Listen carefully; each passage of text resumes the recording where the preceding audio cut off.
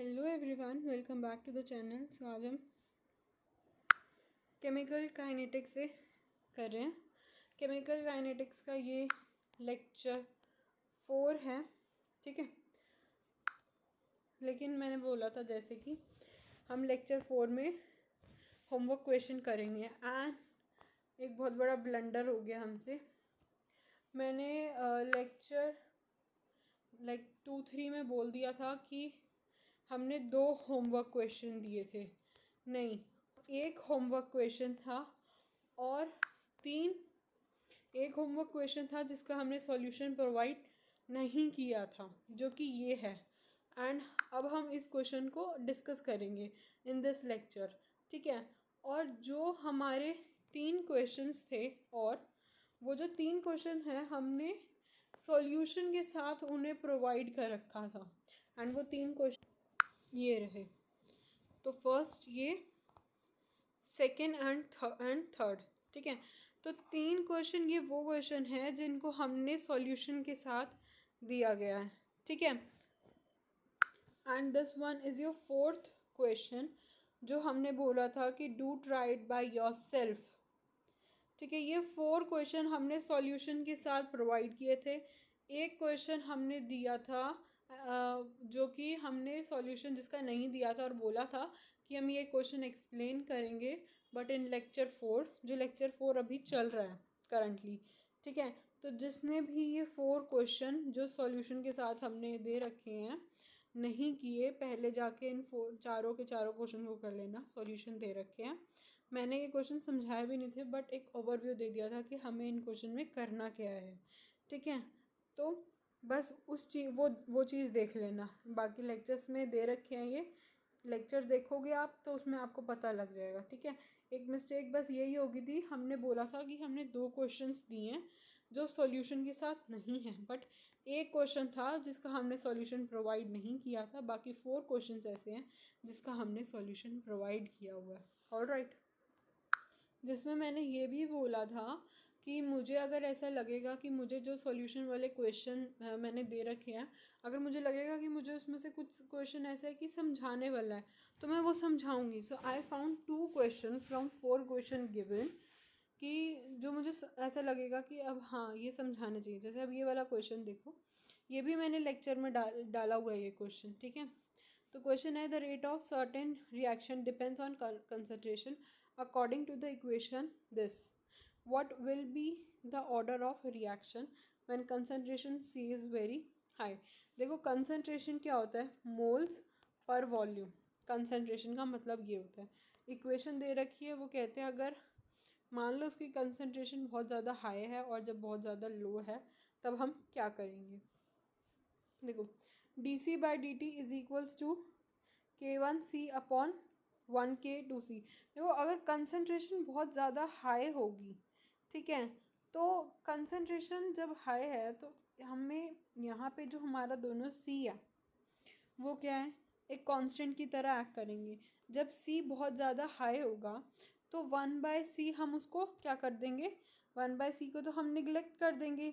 यानी आपका अगर अपर पार्ट वाला C काउंट हो रहा है जब उसकी कंसंट्रेशन हाई है, तो जो लोअर वाला जो यहाँ पे जो C दे रखा है इसकी कंसंट्रेशन हम क्या कर देंगे, निगलेक्ट कर देंगे। क्या कर देंगे, निगलेक्ट कर देंगे। तो इसका मतलब कंसंट्रेशन, अगर हम देखो कंसंट्रेशन हम हाई करते हैं, ठीक है, तो अगर कंसंट्रेशन हाई हो रही है तो उसका इन्वर्स क्या होगा, लो हो रहा होगा।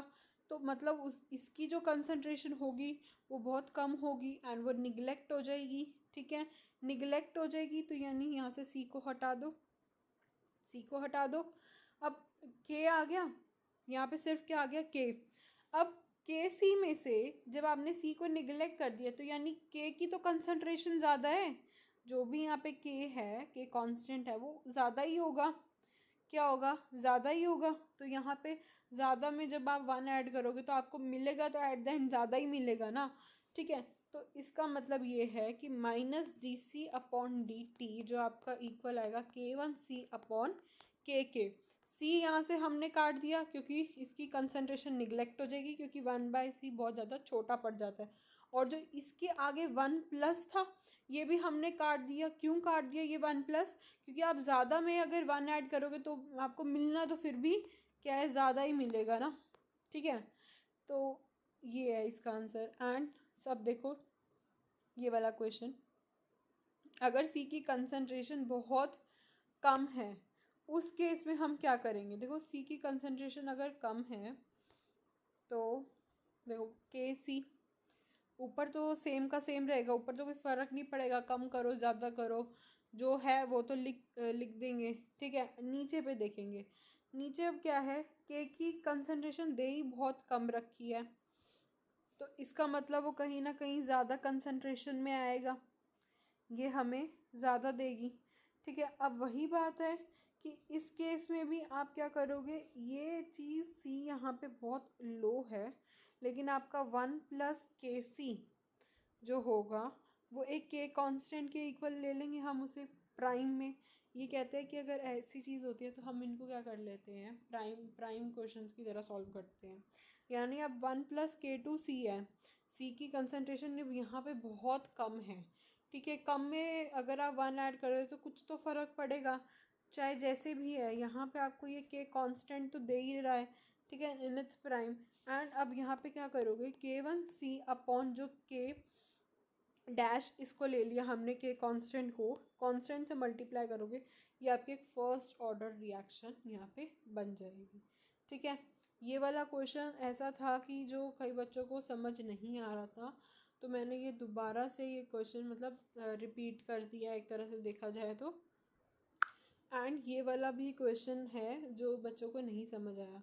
देखो ऐसा नहीं है कि हमने चाहे क्वेश्चन सॉल्यूशन के साथ दे दिया तो हम बिल्कुल भी वो क्वेश्चन को नहीं समझाएंगे। देखो कुछ क्वेश्चन ऐसे होते हैं जिन क्वेश्चन की हमें सॉल्यूशन देना ही पड़ता है। एंड कभी कभार ऐसा होता है कि वो क्वेश्चन नहीं किसी को समझ आ पाते, थोड़ी सी लैंग्वेज अलग होती है या हम इतना कॉन्सेप्ट अपना ब्रेन उस पॉइंट तक नहीं यूज़ कर पाते। हमें सिर्फ क्या होता है, हमें एक चैप्टर पता होता है। अब हमसे ये भी क्वेश्चन, जैसे ये वाला क्वेश्चन है या जो मैंने इससे पहले करवाया वो क्वेश्चन रिलेटेड ये चैप्टर के ही होते हैं, बट ये होता है कि थोड़ा सा लॉजिक अलग यूज़ हो रहा है या थोड़ा सा हमें अपना ब्रेन ज़्यादा यूज़ करना पड़ा, बस हम उस पॉइंट पे मार खा जाते हैं, हमसे वो चीज़ तब नहीं हो पाती। तो लेकिन हमने ऐसा नहीं है कि हम ये दोनों क्वेश्चन छोड़ देंगे, भाई हमने लेक्चर 2-3 में ये क्वेश्चन दे रखे थे अब हम आगे वाले लेक्चर्स में क्यों इन क्वेश्चन की बात करें। नहीं, अगर दिक्कत आ रही है तो हम वो क्वेश्चन रिपीट करेंगे। एंड आई नो कि ये 2 क्वेश्चन ऐसे हैं जो ज़रूर दिक्कत दिए होंगे जिन बच्चों ने ये क्वेश्चन ट्राई किए होंगे। सो ये दोनों क्वेश्चन अब हम डिस्कस कर लेंगे। ठीक है, अब देखो, from the concentration R at a different times given below calculate the average rate of the reaction R to P during the different intervals of time. यानी आपको ये टाइम दे रखा है, उसके बाद ये आपको दे रखा है डिफरेंट इंटरवल्स में दे रखा है। ठीक है, डिफरेंट कंसंट्रेशन बेसिकली इसमें दे रखी है। अब हमें एवरेज रेट पूछी है। एवरेज रेट क्या होती है children, change in concentration upon में टाइम होता है। ठीक है, अब कंसंट्रेशन में चेंज क्या है, यहाँ पे कंसंट्रेशन में चेंज है 80 का, टाइम में चेंज कितना है 5 का, तो 80 अपॉन 5 करोगे तो 5 1 ज़ा 1 3 6 16 आया है यहाँ पे। ठीक है, ऐसे ही सिमिलरली आपने 80 और 40 में देखने कितने का गैप है 40 का, और 5 और 10 में कितने का 5 का, तो आप चेंज इन कंसंट्रेशन देखोगे कितनी आएगी 8 आएगी। यानी 40/8 करोगे, 40/5 करोगे तो आपको 8 मिलेगी। ठीक है, अब इसके बीच में गैप कितना 30 का, इसमें कितना है 10 का, तो ये आपको क्या रिजल्ट देगा 3।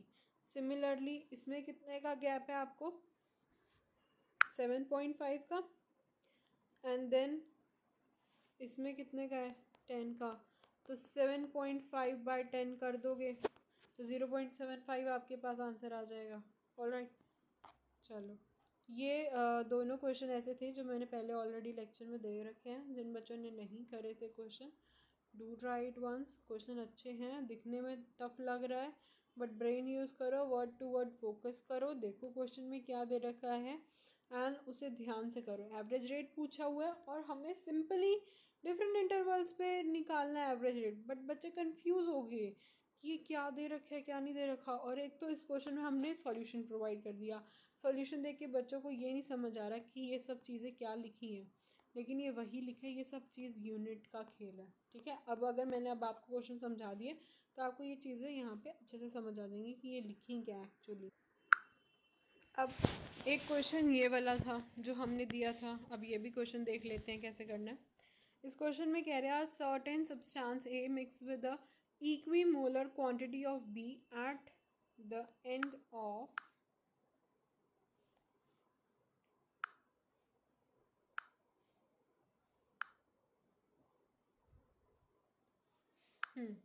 आपने यहाँ पे क्या करना है, आपने ए और बी को ऐड करना है। Second,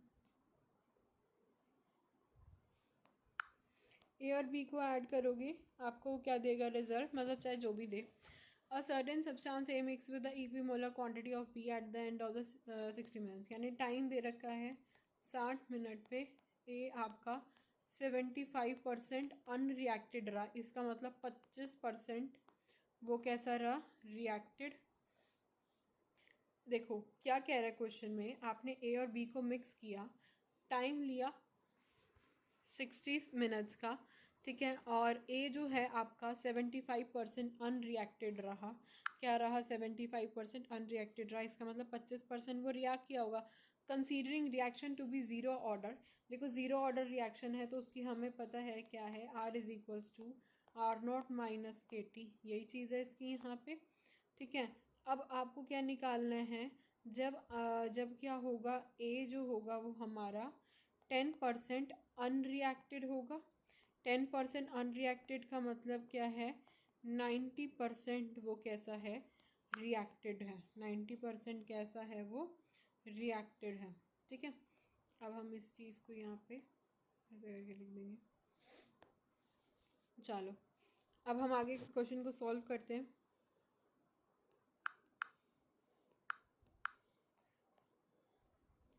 are is equals to R not minus K T. अब जो यहाँ पे आर है वो आर हमारा कैसा होगा, हमसे क्वेश्चन में पूछा गया अनरिएक्टेड, तो हम फोकस अनरिएक्टेड पे करेंगे। ठीक है, सॉरी क्वेश्चन में 75% रिएक्टेड है, देखो फिर से एक ब्लेंडर मिस्टेक कर दी ना हमने।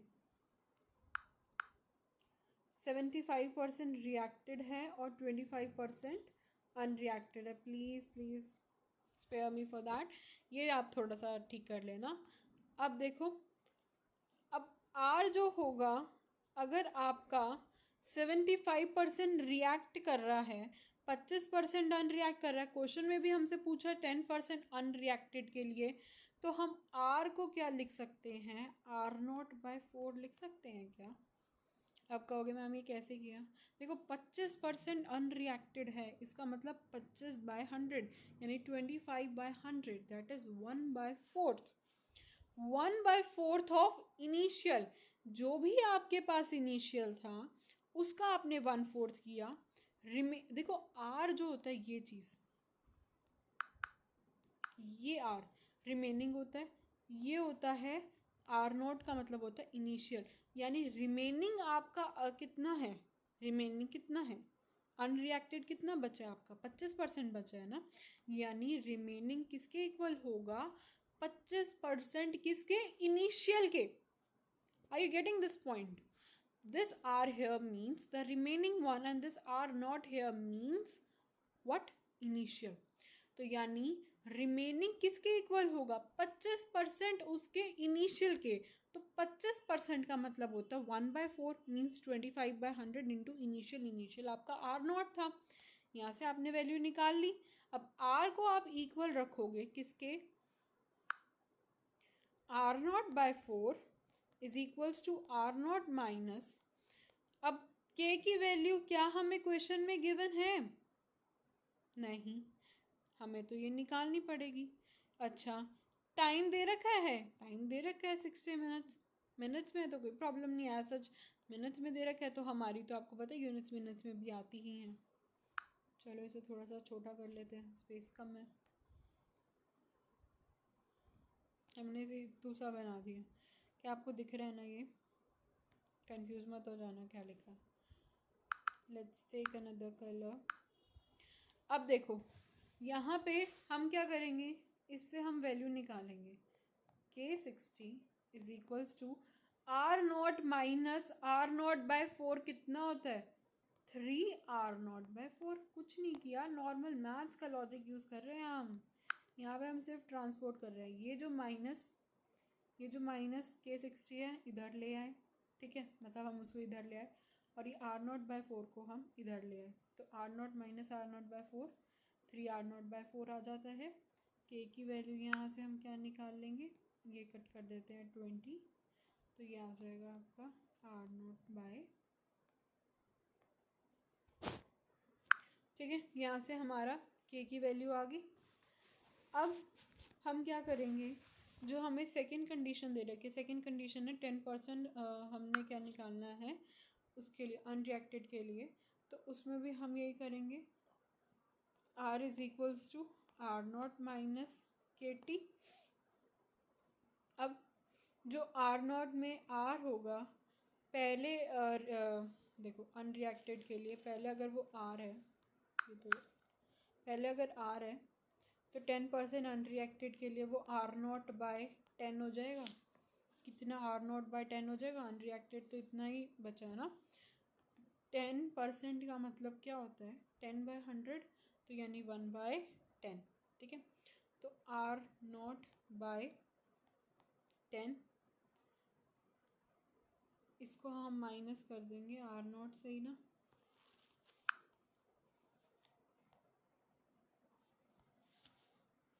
ठीक है, माइनस कर दिया, इज इक्वल्स टू KT।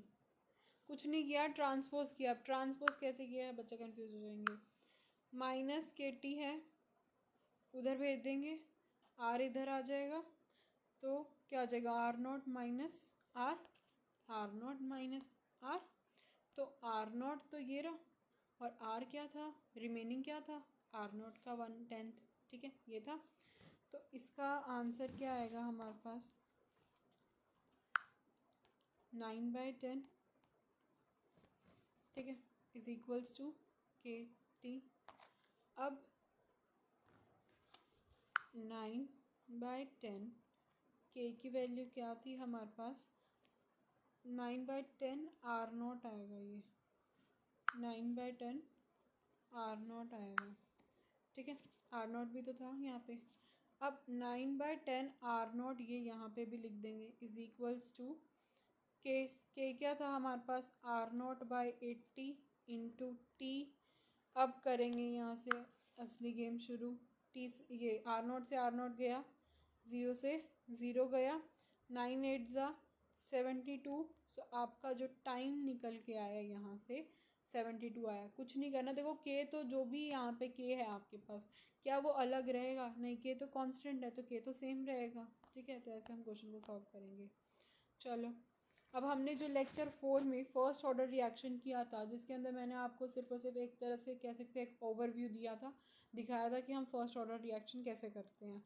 अब हम फर्स्ट ऑर्डर रिएक्शन यहाँ से डिटेल में करेंगे, एंड उसके बाद second order reaction, sorry nth order reaction करेंगे, एंड उसके एक आधे, उसके आई थिंक 1 या 2 क्वेश्चन उसके हैं, and then we will end this recording, ठीक है। चलो, फर्स्ट ऑर्डर रिएक्शन जिसमें n हमारा क्या होगा 1 होगा। ए से बी रिएक्शन जारी है, आपको यहाँ पे क्या करना है, इंटीग्रेट करना है, लॉग निकालना है, ठीक है। कुछ नहीं किया, इंटीग्रेट किया हुआ है, लॉग किया हुआ है यहाँ पे। उसके बाद देखो कुछ ग्राफ्स यहाँ पे दे रखे थे। ग्राफ कैसे थे यहाँ पे, कि अगर आपका रेट बढ़ेगा और कंसंट्रेशन ऑफ रिएक्टेंट पे क्या फ़र्क पड़ेगा, कि वो बढ़ेगा। देखो y is equals to mx plus c के अकॉर्डिंग ये सब चीज़ें चलेंगी। अब यहाँ पे देखना पड़ेगा कि y पे रेट है, rate is equals to mx। अब m किसके, mx क्या है यहाँ पे, एक्स आपका यहाँ कंसंट्रेशन ऑफ रिएक्टेंट है। देखो रेट का क्या फॉर्मूला होता है, कंसंट्रेशन ऑफ रिएक्टेंट अपॉन में टाइम, ये आपका एम हो गया, ठीक है। यहाँ पे आपको सी नहीं दे रखा, इसका मतलब ये कहाँ से स्टार्ट होएगा, ओरिजिन से स्टार्ट होएगा, एक स्ट्रेट लाइन पास होएगी। टाइम के अकॉर्डिंग में रेट बढ़ेगा, कंसंट्रेशन कम होएगी, यही होता है ना रिएक्टेंट, ये रिएक्टेंट है, रिएक्टेंट की कंसंट्रेशन कम होएगी with respect to time. Graph ऐसे बनेगा। कुछ यहाँ पर लॉगरिथम के और कुछ ऐसी चीज़ों के रूल्स लगे हुए हैं, वो यहाँ पे आप चेक कर लेना। ठीक है, अब क्या होगा, जब भी कंसंट्रेशन प्रोडक्ट की बढ़ेगी तो एक टाइम के बाद वो यहाँ पे आके कांस्टेंट हो जाएगा। ऐसे ही जो यहाँ पे रिएक्टेंट की कंसंट्रेशन है, एक वो यहाँ से कम होती जाएगी, एक टाइम पे आके कांस्टेंट हो जाएगा वो भी।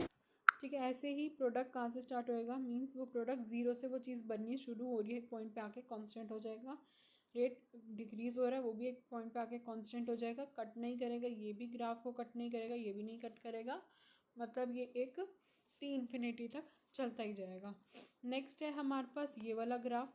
ये वाला ग्राफ किसके रिस्पेक्ट में है, इसके रिस्पेक्ट में है। इस लाइन के अकॉर्डिंग है हमें ये ग्राफ यहाँ पे प्लॉट कर रखा है। अब हमने ज़ीरो ऑर्डर रिएक्शन के अंदर सबसे पहले हमने उसकी क्या चीज़ पढ़ी थी कि R is equals to R0 - KT। ठीक है, ये चीज़ पढ़ी थी ना हमने ज़ीरो ऑर्डर की। और उसी ज़ीरो ऑर्डर में हमने हाफ लाइफ क्या पढ़ी थी, उसकी हाफ लाइफ पढ़ी थी टी हाफ क्या होता है R0/2 के। ठीक है, टी हाफ क्या होता है R0/2 के। और उसका लाइफ टाइम क्या हमने पढ़ा था, tau is equals to R0/K। क्या, R0/K। टाउ यानी यहाँ पे जो टी 100% है वो आपका R0/K है।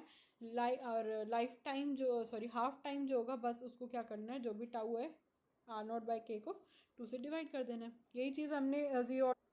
अब वही चीज़ अब हम फर्स्ट ऑर्डर में भी करने वाले हैं। ये आप अपने ना नोटबुक में एक सेपरेट कॉर्नर बनाना, मतलब छोटा सा ही साइड में, जिसमें लिख लेना कि ज़ीरो ऑर्डर रिएक्शन में उसकी रिएक्शन ये थी, हाफ लाइफ में ये था, लाइफ टाइम के लिए ये था।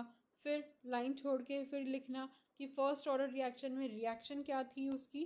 देखो रिएक्शन अभी मैं आपको बताऊंगी आगे क्या थी। ये वाली जो रिएक्शंस है ना, ये तो एक कह सकते हैं बेसिक है, मतलब ग्राफ को करने के लिए। और इसको तो अभी हम आगे और सॉल्व करेंगे उसी पॉइंट को।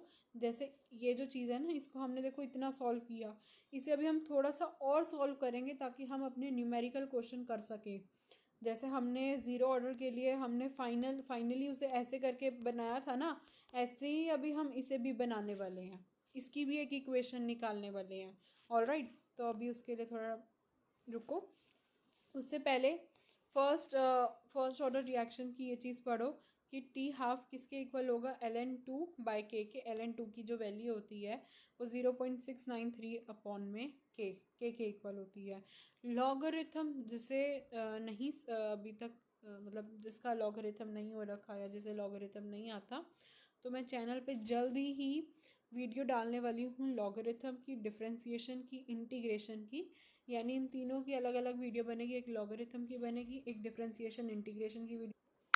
तो वो जाके आप ज़रूर चेक कर लेना, ताकि मैं उन चीज़ों को, मैंने लॉगरिथम भी यहाँ पे नहीं बता रखा, कुछ रूल्स है लॉगरिथम के मैंने फिर भी डिस्कस कर रखे हैं, और डिफरेंशिएशन के भी। बट ये है कि आपको अगर पूरा अच्छे से समझना है तो आपको चैनल पे जाके उनकी वीडियोस देखनी पड़ेगी, जो कि कमिंग सून है, अभी तक आई नहीं है। ठीक है, सो उनकी वीडियोस भी देख लेना। अब हाफ लाइफ और कंसंट्रेशन ऑफ रिएक्टेंट जो होते हैं, दोनों एक दूसरे के कांस्टेंट में चलते हैं। ठीक है, अब देखो कंसंट्रेशन ऑफ रिएक्टेंट ये रहा और हाफ लाइफ ये रहा। अब इन ग्राफ को खुद देखो कि ये कैसे बन सकते हैं। ये कंसंट्रेशन के इंडिपेंडेंट में है, यानी आपकी कंसंट्रेशन बढ़ेगी तो टाइम कम लगेगा, मतलब टी उसका हाफ लाइफ स्पेन उसकी कम हो जाएगी। तो ये दोनों क्या है, एक तरह से इन्वर्सली प्रोपोर्शनल है। और लाइफ टाइम के लिए वही सेम चीज़ यहाँ पर हम क्या करेंगे, देखो ये ए जो होगा वो ज़ीरो के इक्वल हो जाएगा। अब यहाँ से ए नॉट भी हट गया, ये अब आपका ये आ गया ज़ीरो के इक्वल आ गया, जिसमें से ये जो टी की वैल्यू देखोगी, टी की वैल्यू कैसे देखोगी, टी इन्फिनिटी होगा तभी जाके आपकी ई जो है वो ज़ीरो के इक्वल आ सकती है, अदरवाइज़ वो आ ही नहीं पाएगी। ठीक है, अब देखो example of first order reaction के वही सेम चीज़ है। लॉग का यूज़ करते करते करते करते हमने इसे एक इसकी इक्वेशन ये डिफ़ाइन यहाँ पर कर ली है। क्या कर लिया हमने, उसकी ये इक्वेशन यहाँ पे डिफ़ाइन कर ली है। ऑलराइट, इतनी बात समझ में आ रही है। अब ये इसकी एक क्या है, इसकी एक इक्वेशन हमने यहाँ से निकाल ली है। ये आप देख सकते हो कि ये कैसे निकली है। ये देखो मैं आपको दोनों चीज़ दिखा देती हूँ, जैसे भी अगर इनकी डेरिवेशन पे फोकस करना है तो ये देखो ये यहाँ पे दोनों पेजेस पे थोड़ी थोड़ी लिखी हुई है, ये देख सकते हो। ठीक है, ए नोट आपका ऊपर है बाय में ए, तो जो रिमेनिंग होगा नीचे है, इनिशियल आपका ऊपर है, इनिशियल ऊपर है और रिमेनिंग नीचे है। ठीक है, ये चीज़ है यहाँ पे। अब कुछ एग्जांपल फर्स्ट ऑर्डर रिएक्शन के, जैसे ये और ये। इसमें सबसे पहले में एन आपका 1 के इक्वल है। देखो ये 1 के, ये तो हमें ना क्वेश्चन के अंदर खुद ही दे रखा होता है। नहीं दे रखा होता तो आपको पता है हम किससे आइडेंटिफाई कर सकते हैं कौन सा ऑर्डर ऑफ रिएक्शन है, उसकी यूनिट से। यूनिट हमने सीख रखी है हर सब की। अब ये देखो, all radio active decay follow first order kinetics. जो जितनी भी रेडियो एक्टिव डिकेज होती हैं वो क्या फॉलो करती है, फर्स्ट ऑर्डर काइनेटिक्स। अब इसका क्वेश्चन देखो, फर्स्ट ऑर्डर काइनेटिक्स का, a reaction that is first order with respect to A having rate constant K, यानी आपको के दे रखा है। If we start with half molar concentration of A, then at what time concentration of A reaches to 1/20 molar. अब आपको इस question में क्या करना है, फॉर्मूला क्या है हमारा, K is equals to 2.303 upon T log initial by remaining. अब इनिशियल में वो क्या था, हाफ मोलर था, पूछ रहे हैं 1/20 मोलर के लिए, तो 1/2 बाय 1/20 मोलर कर देंगे। ठीक है, ये किस में होता है, ये चीज़ याद रखना, ए नॉट और ए, या आर नॉट, ये सब चीज़ें मोलर की ही हैं। ठीक है, उसके बाद इसका आपको क्या कर देना है, लॉग कर देना है। ये यहाँ पे आएगा 2.303, टाइम दे रखा है 0.6, नॉर्मल है, सॉल्व कर सकते हो। अब आगे देखो, for N is equals to 1। देखो अब इस केस में क्या है, अगर मेरे पास इनिशियल है ए नॉट, ठीक है, अब क्या करेंगे, जब मैं उसका हाफ लूँगी, हाफ टाइम लूँगी उसका, तो वो ए नॉट बाय 2 हो जाएगा। अब ए नॉट बाय 2 का मतलब क्या होता है, 50%। ठीक है, अब जो मेरे पास आंसर आ रहा है मैं फिर उसका हाफ कर दूँगी, तो यानी 50% का भी 50% का भी जो हमने यहाँ पे लिया वो हमारे पास 50% था। अब जो हमारे पास हम हाफ करेंगे, उसका हाफ करेंगे तो क्या आएगा, ए नॉट बाय 2, फिर उसका हाफ करेंगे क्या आएगा, ए नॉट बाय 8, फिर उसका हाफ करेंगे क्या आएगा, ए नॉट बाय 16। लेकिन अब परसेंटेज कैसे देखेंगे, परसेंटेज देखने के लिए एक चीज़ देखो यहाँ पे। अब जैसे कि इसमें क्या है, यहाँ पे आप 4 मतलब ए नॉट बाय 4 हो गया। अब ए नॉट बाय 4 का मतलब मैंने अभी क्वेश्चन में भी बताया था, 1/4 ऑफ ए नॉट है। अब 1/4 अब हमें परसेंटेज में निकालना है, तो परसेंटेज में निकालने के लिए इंटू में 100 कर देंगे। ठीक है, तो ये कितना आएगा, 25%। 25% आया। अब आपको क्या करना है, टोटल में से माइनस कर देना है 25, तभी आपका ए नॉट बाय 4 रिमेनिंग आएगा। रिमेनिंग ऐसे निकलते हैं। सिमिलरली आपको 1/8 के लिए देखना है, 1/8 इंटू 100%, फिर आपको जो भी आंसर मिलेगा आपको 100 में से सब्ट्रैक्ट कर देना, आपके पास ये आ जाएगा। Similarly to this one also. ठीक है, ओके, सो ये देख लो कि इसमें क्या है, फ्रैक्शन ऑफ रिएक्टेंट, मतलब ये टाइम पे दे रखा है बेसिकली ये दोनों चीज़ें, तो ये इतनी अभी खैर इंपॉर्टेंट नहीं है। ये फॉर्मूला तो वही दोनों के सेम है, फॉर्मूला सेम है। अब देखो क्या है, के का फॉर्मूला जो मैंने अभी बताया,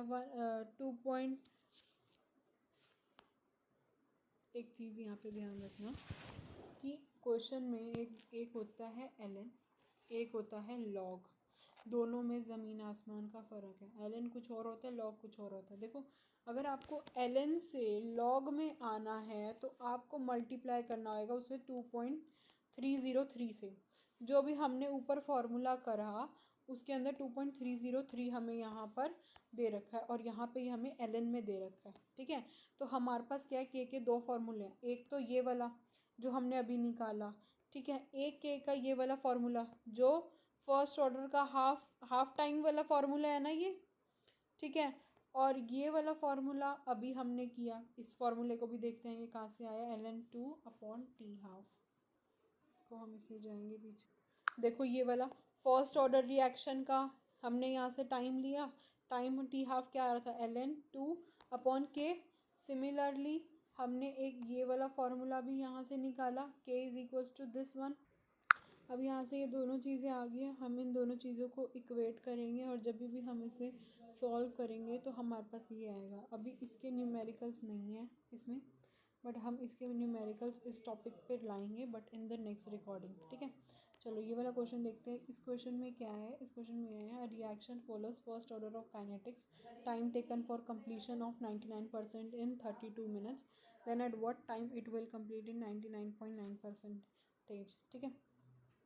अब देखो इस क्वेश्चन में हम क्या करेंगे, देखो इस क्वेश्चन में हमने कुछ नहीं, मतलब वही फार्मूला सेम यूज़ करना है।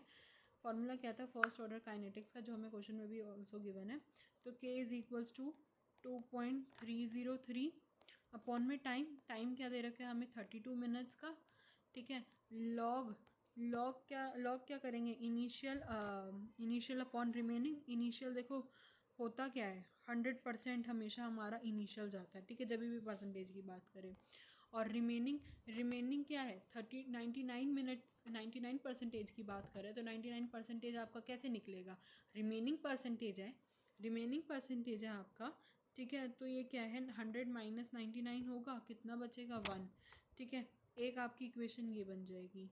सेकंड, इसे हम थोड़ा सा छोटा कर लेते हैं, स्पेस नहीं है।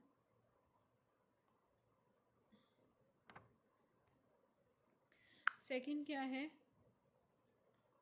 k इज इक्वल्स टू 2.303, ये देखो वैल्यू अपने आप ही आ गई, 2.303 अपॉन में टाइम। अब टाइम हमें निकालना है, टाइम हमें गिवन नहीं दे रखा, ठीक है। उसके बाद अब हम लॉग करेंगे। लॉग में हम क्या करेंगे, सबसे पहले हमारा इनिशियल था 100, अब हमसे जब दूसरे में बात कर दी गई है कि इतने टाइम पे कितना होगा, तो 100 माइनस 99.9% करोगे तो 0.1 आएगा। बस इन दोनों को क्या करना है, इक्वेट करना है। यहाँ से आपका जो टाइम निकल के आएगा that will be your 48 minutes. Alright, बस यहाँ से आपको क्या करना है, लॉग को सॉल्व करना है। चलो अब हम लास्ट पे आ गए एनथ ऑर्डर रिएक्शन में क्या करते हैं। देखो एनथ ऑर्डर रिएक्शन की ये डेरिवेशन है, ये हमने पता है, जो हमने सबसे पहले लेक्चर 1 में, आई थिंक लेक्चर 1 या 2 में ये चीज़ डिस्कस कर ली थी, लेक्चर 2 में करी थी हमने ये चीज़ डिस्कस, कि रेट जो होता है डायरेक्टली प्रोपोर्शनल होता है कंसंट्रेशन की पावर n के, ठीक है। ये n यहाँ पे क्या होता है, ऑर्डर होता है। अभी हम बात कर रहे हैं nth ऑर्डर की, तो यहाँ से जो हम लेके आएंगे फॉर्मूला, ये हम जब इसे देखो यहाँ पे कुछ नहीं करा, इंटीग्रेशन एंड ये सब चीज़ें, डिफरेंशिएशन, लॉग, ये सब चीज़ें यूज़ करते हैं ये, और यहाँ से हम एक ये वाली इक्वेशन निकाल लेते हैं, ठीक है। इस इक्वेशन के अंदर अगर हम ज़ीरो पुट करेंगे तो हमें ये मिलेगा जो हमने ज़ीरो ऑर्डर रिएक्शन में भी पढ़ा था। बट ये जो रिएक्शन है इसके अंदर आप n की वैल्यू 1 पुट नहीं कर सकते। n की वैल्यू जब भी आप 1 पुट करोगे ना, आपका आंसर गलत आएगा। मीन्स वो लॉग पता नहीं क्या क्या चीज़ में चला जाएगा, लेकिन आपका आंसर नहीं आ पाएगा। आपको पता है फर्स्ट ऑर्डर जो फर्स्ट लॉ की फर्स्ट ऑर्डर रिएक्शन की क्या होती है, k इज इक्वल्स टू जो भी है 2.3 जो भी हमने करी वो होती है, ठीक है। इसके अकॉर्डिंग वो चीज़ नहीं निकल सकती। n यहाँ पे 1 से एप्लीकेबल है ही नहीं। देखो 1 यहाँ पुट कर दोगे, 1/0 क्या है, इन्फिनिटी, कुछ भी नहीं आएगा आपका इससे आंसर, ठीक है। तो ये किससे आ सकता है, 0 यहाँ से निकल सकता है, 2 3 4 जो भी होगा, जो भी nth आप पावर डालोगे उसकी निकल सकेगी, लेकिन n यहाँ पे 1 के इक्वल बिल्कुल भी नहीं है, ठीक है। अगर आपको सेकेंड ऑर्डर की करनी है, आपने इसी इक्वेशन सेकेंड ऑर्डर रिएक्शन के अंदर आपने क्या करना है, यहाँ पे 2 की वैल्यू पुट करनी है एंड आपका ये यहाँ से रिजल्ट आ जाएगा। ये इक्वेशन है। अब जब भी आपको हमने क्या करनी है, सेकेंड सॉल्व करनी है ना, सेकेंड ऑर्डर रिएक्शन, तो उसके न्यूमेरिकल्स आएंगे। उसके लिए आपको ये वाली इक्वेशन यूज़ करनी है, जैसे 0 की थी, जैसे फर्स्ट की थी, ऐसे सेकेंड की है, ठीक है। और nth की, मतलब अगर आपको 0 के अलावा मान लो आपको 4 ऑर्डर रिएक्शन दे दी गई, तो आप इसी फॉर्मूले को याद कर लो, इसके अंदर 4 की वैल्यू पुट कर देना, आपको इक्वेशन मिल जाएगी, ठीक है। फिर उसके अंदर जो भी आपको क्वेश्चन के अंदर वैल्यूज़ दे रखे हैं वो पुट कर लेना, वहाँ से इक्वेशन आ जाएगी। बेसिकली कहने का मतलब ये है। ऐसे ही half life for nth order के लिए हम क्या करेंगे, जो ये वाली चीज़ है वो हमारी हाफ उसके लिए है, यानी हाफ लाइफ जो होगी वो किसके डायरेक्टली प्रोपोर्शनल होगी, कंसंट्रेशन की पावर 1 माइनस n के, किसके इक्वल होगी, कंसंट्रेशन की पावर 1 माइनस n के। तो ये देखो ये भी यहाँ पे 1 भी एप्लीकेबल यहाँ पे नहीं है, ठीक है। इससे आप अगर कोई और वैल्यूज़ निकालोगे तो ही निकल सके। देखो 0 निकालो, 0 रखोगे तो दोनों डायरेक्टली प्रोपोर्शनल आ जाएगी। 1 से तो ये आएगा नहीं, 2 रखोगे ना तो क्या हो जाएगा, ये एक दूसरे के इन्वर्स हो जाएंगे, ये एक दूसरे के क्या हो जाएंगे, इन्वर्स। जब आप n की वैल्यू यहाँ पे 2 पुट करोगे तो इसकी पावर क्या आ जाएगी, -1 आ जाएगी। तो half life is inversely proportional to concentration.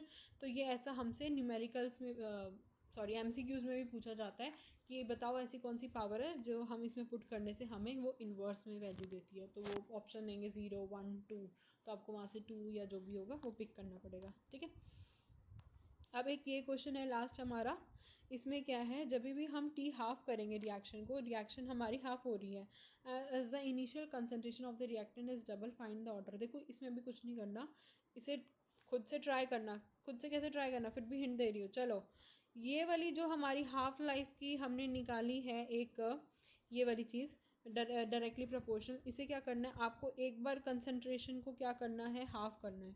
Concentration जो भी इनिशियल थी हम उसको इनिशियल वाली को तो सेम रखेंगे, सेकंड में क्या करना है, एक बार आपको हाफ करना है, एक बार आपको डबल करके देखना है, एंड बस फिर उसे सॉल्व कर लेना। ये आपके पास सॉल्यूशन भी है इसका। बहुत इजी क्वेश्चन है ये तो, बहुत सॉल्यूशन बहुत इजी है, इसे तो डिटेल में समझाने की भी ज़रूरत नहीं है। So this was all about your lecture 4। Stay tune for lecture 5 and please do like and subscribe to my channel. देखो बहुत एफर्ट से वीडियोस बन रही हैं एंड बहुत सारे क्वेश्चन हम कर रहे हैं, जेई की तैयारी कर रहे हैं, नीट की तैयारी कर रहे हैं। आप वीडियोस देख जाते हो बट लाइक सब्सक्राइब नहीं करते, प्लीज़ किया करो। And thanks for watching.